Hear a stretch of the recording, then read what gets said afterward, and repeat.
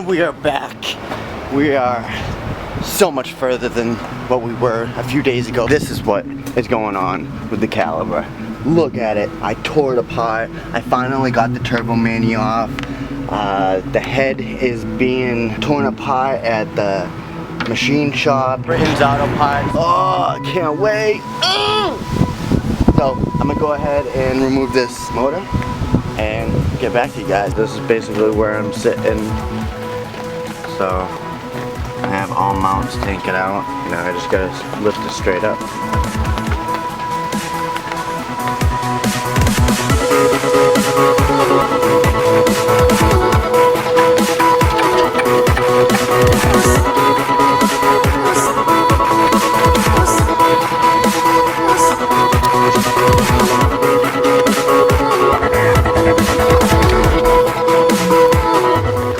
Well, there we have it, guys.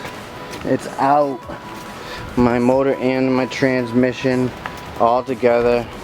So right now I am going ahead and I am disassembling the transmission case from the block. And then what I'm going to do is basically hoist up the motor and try separating the transmission from the block. Hopefully it's easy by myself. It was a bit of a struggle to separate the casing to the block. I ended up getting it. I ended up using this big flathead and just kept prying it back and forth, and eventually I got it.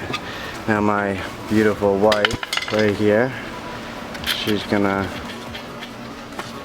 you gonna help? You gonna help? Yeah. Oh shit, this is heavier than I thought. Well, it's not. It's just stuck. Anyways, this is my transmission, which I can't get out of this fucking thing. Oh, there we go.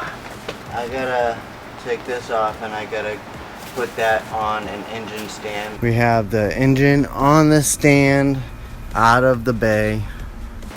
So I can go ahead and disassemble the block.